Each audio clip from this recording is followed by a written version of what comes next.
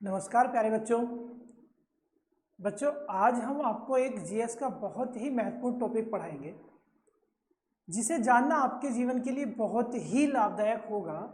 देखिए बेटा, आज भाग दौड़ की दुनिया में दुनिया भाग रही है मॉडर्नाइजेशन की तरफ, आधुनिकीकरण हो रहा है हर जगह। वेस्टर्न कंट्री की कल्चर को हम निभाते जा रहे हैं, वेस्टर्न कल्चर को बहुत ज़्यादा अडॉप्ट कर रहे हैं। इन सब के पीछे कौन जिम्मेदार है? क्यों हम भारतीय कल्चर या भारतीय संस्कृति को भूलते चले जा रहे हैं? इसके पीछे कौन जिम्मेदार है? तो ये सब आपको सोचना है कि इसके पीछे कौन जिम्मेदार है। अब कौन जिम्मेदार है, इससे पहले जिसकी हम बात कर रहे हैं वो जानना बहुत जरूरी है कि भारतीय संस्कृति क्या है। क्यों? क्योंकि ना तो माँ बाप के पास इतना समय होता है जो आपको अपनी इंडियन कल्चर को बताए, और दूसरी वजह यह भी है बेटा, माँ बाप खुद ऐसी कल्चर में पले बड़े हैं जिनको खुद नहीं पता कि हमारी इंडियन कल्चर वास्तव में थी क्या और कहाँ से इसकी शुरुआत मानी जाती है और क्या थी। ये चीज देखना। क्या कोई सोच रहा है? बिल्कुल नहीं। बच्चे के हाथ में फोन थमाते हैं और अपने काम पर लग जाते हैं। आज की वीडियो में हम आपसे यही चर्चा करेंगे भारतीय संस्कृति की। और भारतीय संस्कृति में एक चीज होती है जिसने सुना होगा आपने, एक व्यवस्था थी, चीज कहना अच्छा नहीं है, व्यवस्था थी। एक व्यवस्था थी जिस व्यवस्था को हम 16 संस्कार के रूप में जानते हैं।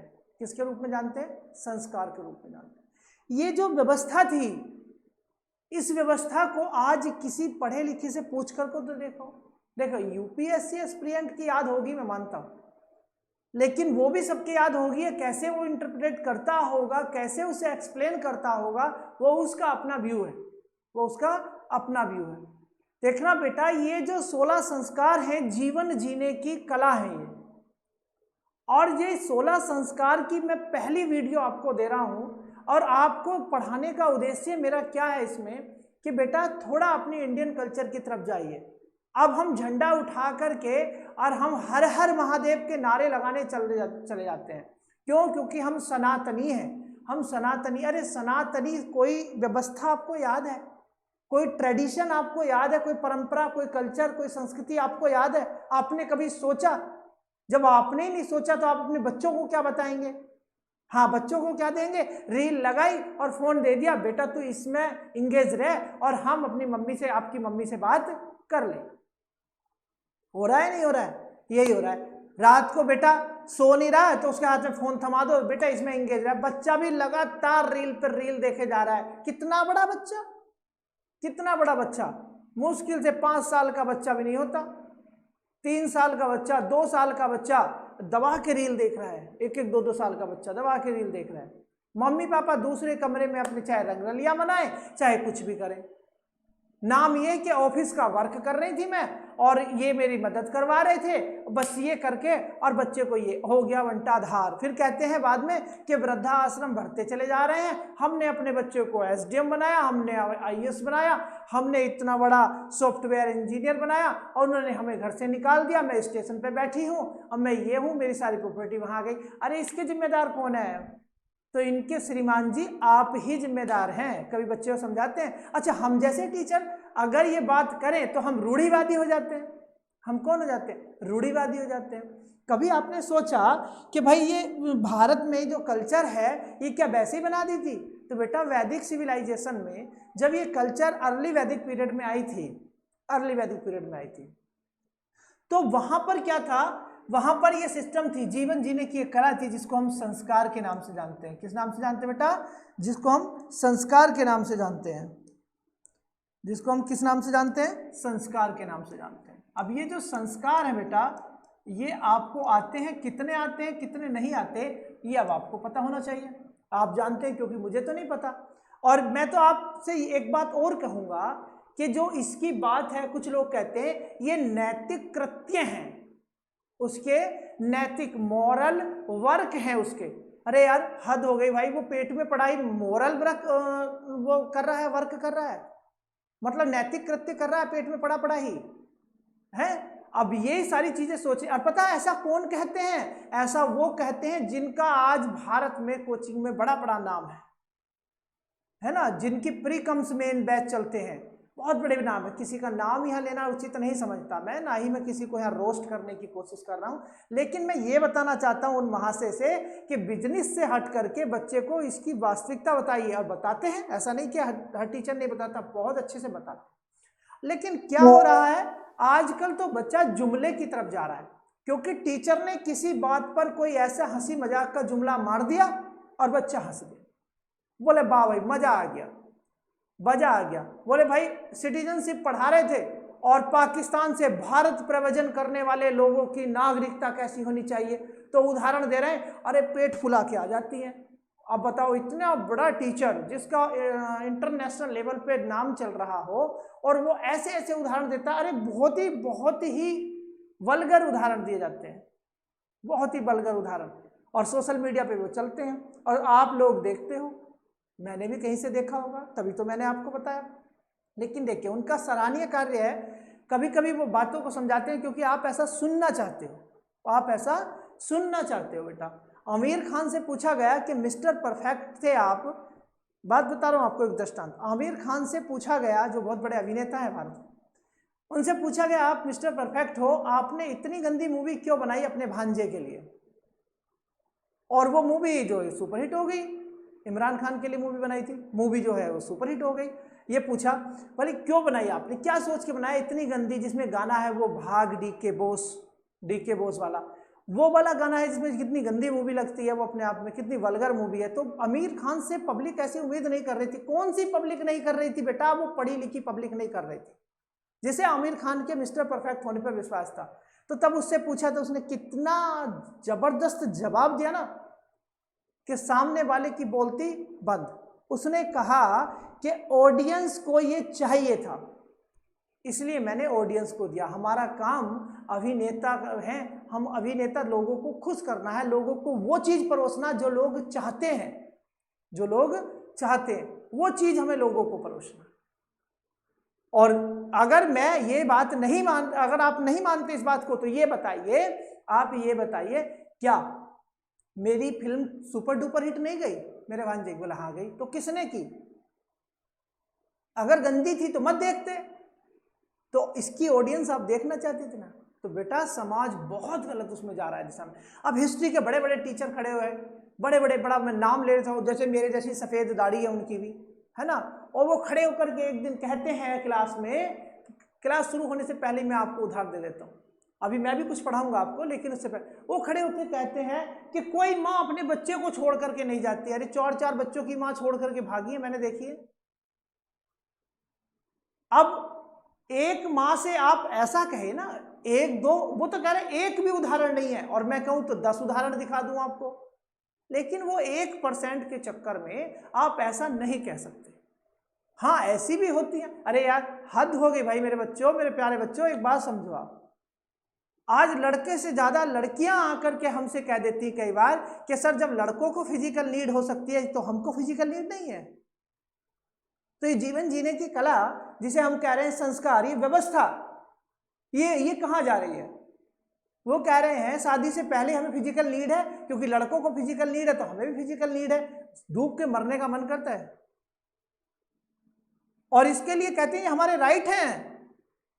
और देखिए हमारे देश में क्या हो रहा है, और टीचर भी क्या है, जैसे ही बात देखिए सच्ची बात बताएंगे, क्योंकि सच्ची बात अगर बताएंगे तो उन टीचर का बायकॉट हो जाएगा, बायकॉट हो जाएगा, उन्हें धमकियां मिलनी शुरू हो जाएगी, या जो भी होगा। लेकिन मैं समझता हूं वो टीचर क्या है, जो बातों से मुकर जाए, जो सही है वो कहे, उतना कहे ना जितने जरूरी है।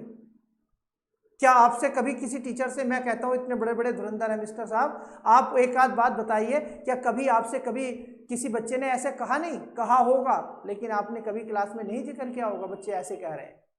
क्यों? क्योंकि आपकी ना फैन फॉलोइंग, आपकी ऑडियंस आपसे भाग जाएगी। क्यों? ऐसा ही होता है। जो टीचर सख्त हो जाए और लड़कियों को डांट दे और लड़कियों के किसी चीज पे कह दे तो उसके यहाँ से लड़कियां गायब हो जाती हैं। ये तो टोका टाकी बहुत करते हैं, चाहे कितना भी अच्छा पढ़ाते हैं, बेकार टीचर हैं, बेकार बता देते हैं उनको। क्यों बेकार बताते हैं? पढ़ाई के लिए नहीं, टोका टाकी के लिए बेकार बताते हैं। चलिए बेटा अब पढ़ते हैं। संस्कार के लिए जीवन जीने की कला थी, जो कि सनातन धर्म की सबसे महत्वपूर्ण विशेषता थी। तो अगर हम इसमें बात करें तो 16 संस्कार होते हैं। कितने होते हैं बेटा? 16 संस्कार होते हैं। कितनी है इनकी संख्या? 16 है। अब इन 16 संस्कारों में से हम पहले संस्कार पर आज बात करेंगे। बहुत इंपॉर्टेंट संस्कार है ये, हमारी पहली वीडियो है। जो भी पहले संस्कार को हम काफी लंबा खींचेंगे क्योंकि यही एक नींव है, यही एक नींव है। अब मैं आपको बता दूं, कहते हैं ना मकान बनाना है तो आपको उसके लिए पहले नींव बनानी होगी। तो नींव बनानी होगी तो आपको इसी चीज पे पहले नोटिस करना होगा, नींव हमारी कैसी है, नींव हमारी कैसी है। तो ये गर्भाधान संस्कार नींव है। और मैंने आपको बता दिया, अगर संस्कार को कोई नैतिक कृत्य बताता है तो वो भी ठीक है, लेकिन अगर कोई कहता है कि ये एक व्यवस्था है या फिर ये एक जीवन जीने की कला है, जीवन जीने की कला है जो कि एक व्यक्ति के साथ जुड़ी होती है, कब से? जब से उसका अंकुर, जब से उसका बीज आता है और वहां से जब तक वो समाप्त होता है तब तक की पूरी कला इसमें वर्णन आ जाती है, इन 16 संस्कार में आ जाती है ना। तो अब इन 16 संस्कार में जो सबसे पहला संस्कार है मेरे बच्चों, वो 16 संस्कार में जो सबसे पहला संस्कार है उस संस्कार का नाम क्या है? गर्भाधान संस्कार। क्या नाम है?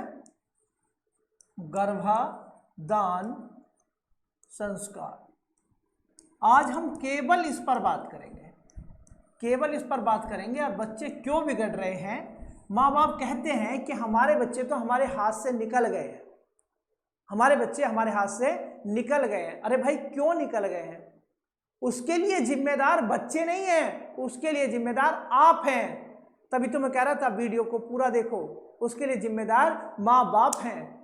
अब आप कहोगे सर ऐसे कैसे माँ बाप जिम्मेदार हैं? तो आप सोच रहे होंगे हाँ माँ बाप जिम्मेदार होते हैं, माँ बाप उन्हें गलत होते हैं, फोन दे देते हैं हाथ में, ये होते हैं। नहीं बेटा, यहाँ फोन दे करके बात नहीं चल रही कि फोन उसके हाथ में देते हैं अपने काम पे लग जाते हैं, इस वजह से वे गलत नहीं होते।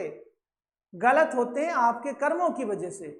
अब वो आपके कौन से कर्म है वो हम आपको बताने वाले हैं। तो देखिए बेटा, गर्भाधान संस्कार जिसका पहले संस्कार बात करते हैं, तो ये तो आप भी पता है, एक तो मेल है, एक क्या है? मेल है, और एक फीमेल है, अर्थात पति है और पत्नी है, फीमेल है ना, फीमेल है।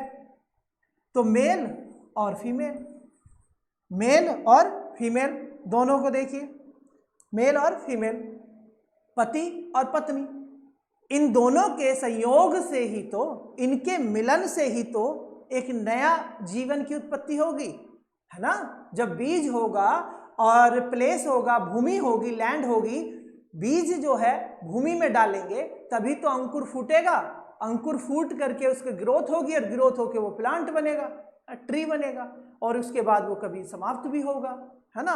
तो ठीक उसी प्रकार ये प्रकृति का नियम है कि दो लोगों का होना जरूरी है, मेल और फीमेल, और ये एक नए जीवन की उत्पत्ति करते हैं। अब यहाँ से शुरू होते हैं। तो ये करते कैसे, ये आप सबको पता है, ये बताने का विषय हमारा नहीं है, हमारा विषय ये नहीं, हमारा विषय क्या है? व्यवस्था को समझाना। तो अब इसमें मैं जो बता सकता हूँ उतने बताऊंगा कि इन दोनों का जो मिलन होता है, इन दोनों का जो मिलन होता है, ये मिलन ही हम रोंग है, हमारा रोंग तरीके से मिलन हो रहा है, इसलिए आजकल के बच्चे बिगड़ रहे हैं, इसलिए आजकल के बच्चे बिगड़ रहे हैं। ये मिलन ही गलत तरीके से हो रहा है, ये मिलन अच्छे तरीके से होना चाहिए। तो उसके लिए आपको सनातन धर्म अर्थात 16 संस्कार या भारतीय संस्कृति को पढ़ना पड़ेगा। रील्स देख करके काम नहीं चलेगा, आप भी रील्स देख। अच्छा, आप ग्रंथों को उठाइए, बागभट्ट को पढ़िए, चरक को पढ़िए, सुश्रुत को पढ़िए, इतने सारे ग्रंथ हैं, लेकिन आपके पास समय कब है? चलिए मत पढ़िए, लेकिन जो पढ़े हुए हैं उन लोगों को तो कम से कम ऑनलाइन आकर के कम से कम किसी क्लास में बताना चाहिए, क्योंकि बच्चे तो छोटे तो रहते नहीं कंपटीशन में, सब मैच्योर होते हैं। उन्हें इतना तो बताओ कि गर्भाधान संस्कार क्या है, क्योंकि उन्हें तो बहुत कुछ पढ़ना, लेकिन तुम तो पहले ऑलरेडी पढ़े हुए हो, तो समझाओ तो सही मेरे भाइयों। तो मेल फीमेल का मिलन बहुत जरूरी है। ये मिलन कब कब होना चाहिए? तो देखिए, सनातन धर्म में तो बेटा ये लिखा हुआ है, बड़ी सच्ची और कड़वी बात बताने जा रहा हूं। सनातन धर्म में तो ये लिखा हुआ है कि पति और पत्नी का मिलन केवल और केवल संतान उत्पत्ति के लिए होना चाहिए था, केवल और केवल संतान उत्पत्ति के लिए होना चाहिए था। और आप कुत्ते कुतिये से भी गए गुजरे हो, ऐसे लगे हो और कहते क्या हो? ये फिजिकल नीड है, ये फिजिकल नीड है। अब आपके दिमाग में एक बात आएगा, सर जी आप भी तो उसी श्रेणी में आते हो, तो क्या पता मेरे बारे में आपको और क्या पता आपके बारे में मुझे, है ना। तो मैं तो पूरे समाज को कह रहा हूं, मैं पूरे समाज को कह रहा हूं, मैं अपने आप को रोक करके नहीं कहना चाह रहा कि मैं भी तो उसी का हिस्सा हूं, मैं भी तो उसी समाज का हिस्सा हूं। तो मेल फीमेल का जो मिलन है केवल संतान उत्पत्ति के लिए होना चाहिए था, यहां तक लिखा है ग्रंथों में। लेकिन चलिए कोई बात नहीं, इसके बाद भी कुछ ग्रंथों में प्रावधान किया गया है कि प्रेम प्रसंग चलता है। तो प्रेम प्रसंग एक ऐसा होना चाहिए, एक ऐसा व्यवहारिक होना चाहिए, एक ऐसे समय पर होना चाहिए जिससे और सारी चीजें ना गड़बड़ाएं, जिससे और सारी चीजें ना गड़बड़ाएं। जैसे कि कहा गया कि पति पत्नी का मिलन दिन में हो रहा है, तो वो उस मिलन से होने वाली संतान क्या योग्य होगी? बताइए, क्या योग्य होगी? जबकि ये चीज आपके ग्रंथों में लिखा है कि दिन में तो मिलन होना ही नहीं चाहिए। और हमारे बच्चे गए कोचिंग पढ़ने के लिए, और हैं कहाँ? दिन में ही गए ना कोचिंग करने के लिए, और हैं कहाँ? ओयो रूम में है, ओयो रूम में दावत चल रही है। तो सोचो, ये शादी से पहले सीख करके आ रहे हैं वो तो। अब उसमें चाहे गर्ल्स हो चाहे बॉयज, मैं तो सबके लिए कहा, हमारे बच्चे क्या कर रहे हैं, हमारे बच्चे का है ये नहीं मैं आपके बच्चे करूँगा, हमारे बच्चे, सबके बच्चे ऐसा देख रहे हैं, ऐसा देख रहे हैं, ऐसा कर रहे हैं। उन्हें कौन समझाए? ये बातें कभी समझ में आई? जब खुद को समझ में नहीं आई तो उन्हें क्या समझाएंगे?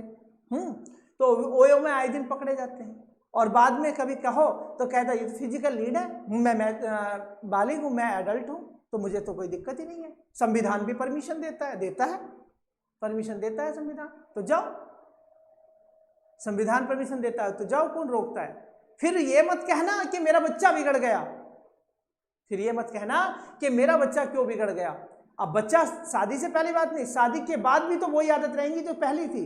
अब चलिए, अब क्या होता है, अगर चले जाए वॉइस की तरफ, मैन की तरफ, नशा कर रहा है कि आज मेरी पत्नी का मिलन होगा और हमारी पहली रात है और हम मिलन करके उससे मिलने जाएंगे। तो दोस्तों ने कहा यार एक एक पैक तो बनता है, एक एक पैक तो बनता है। अब कौन से, मुझे नाम भी नहीं आते, कोई पटियाला बोलता है पता नहीं, और एक कोई नीट होता, नीट एग्जाम, तो नीट एग्जाम के नाम पे बोलता है नीट चलेगा। भाई मुझे तो पता नहीं, मैंने तो कभी इसका स्वाद चखा नहीं, ये तो ईमानदारी के साथ मैं आपसे बता रहा हूँ। तो मुझे ये बताइए कि आप नशा करके पत्नी से मिलन करने जाओगे, कोई संस्कार व्यवस्था नहीं करोगे, अपने इष्ट देव को याद नहीं करोगे, और ऐसे व्यभिचार करने के लिए जाओगे, और उसमें भी समय नहीं देखोगे कि समय रात्रि का कौन सा पहर, कौन सा समय होता है जब मिलन होना चाहिए। आप सुबह के 4 बजे तक परमार्थी समय में भी आप जहां पर बैठ कर के भगवान का भजन करना चाहिए, जिस समय पर उठ करके उस समय पर मिलन कर रहे हो, और फिर कह रहे हो कि एक अच्छी संतान पैदा होनी चाहिए, तो कहां से होगी? कभी सोचा आपने?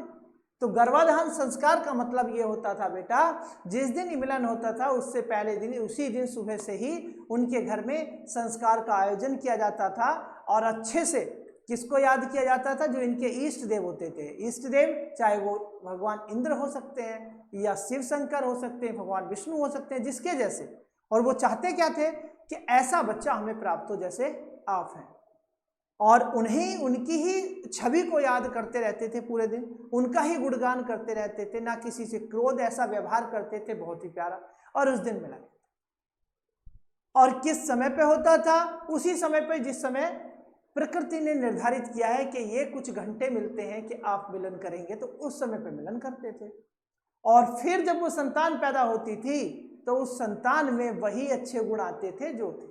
गर्भाधान संस्कार को बेटे अगर सही से पढ़ने चले गए ना आप, तो किताबों में आपको ये तक लिखा हुआ मिलेगा कि ऐसे समय पर करने से आपको बच्चा बलिष्ठ पैदा होगा, ताकतवर होगा, लेकिन बुद्धि से थोड़ा कमजोर हो सकता है। और इस समय पर मिलन करने से या गर्भाधान करने से, इस समय पर गर्भाधान करने से बच्चा जो है कमजोर पैदा होगा, लेकिन वो बुद्धिमान होगा। शरीर से कमजोर होगा लेकिन बुद्धिमान होगा।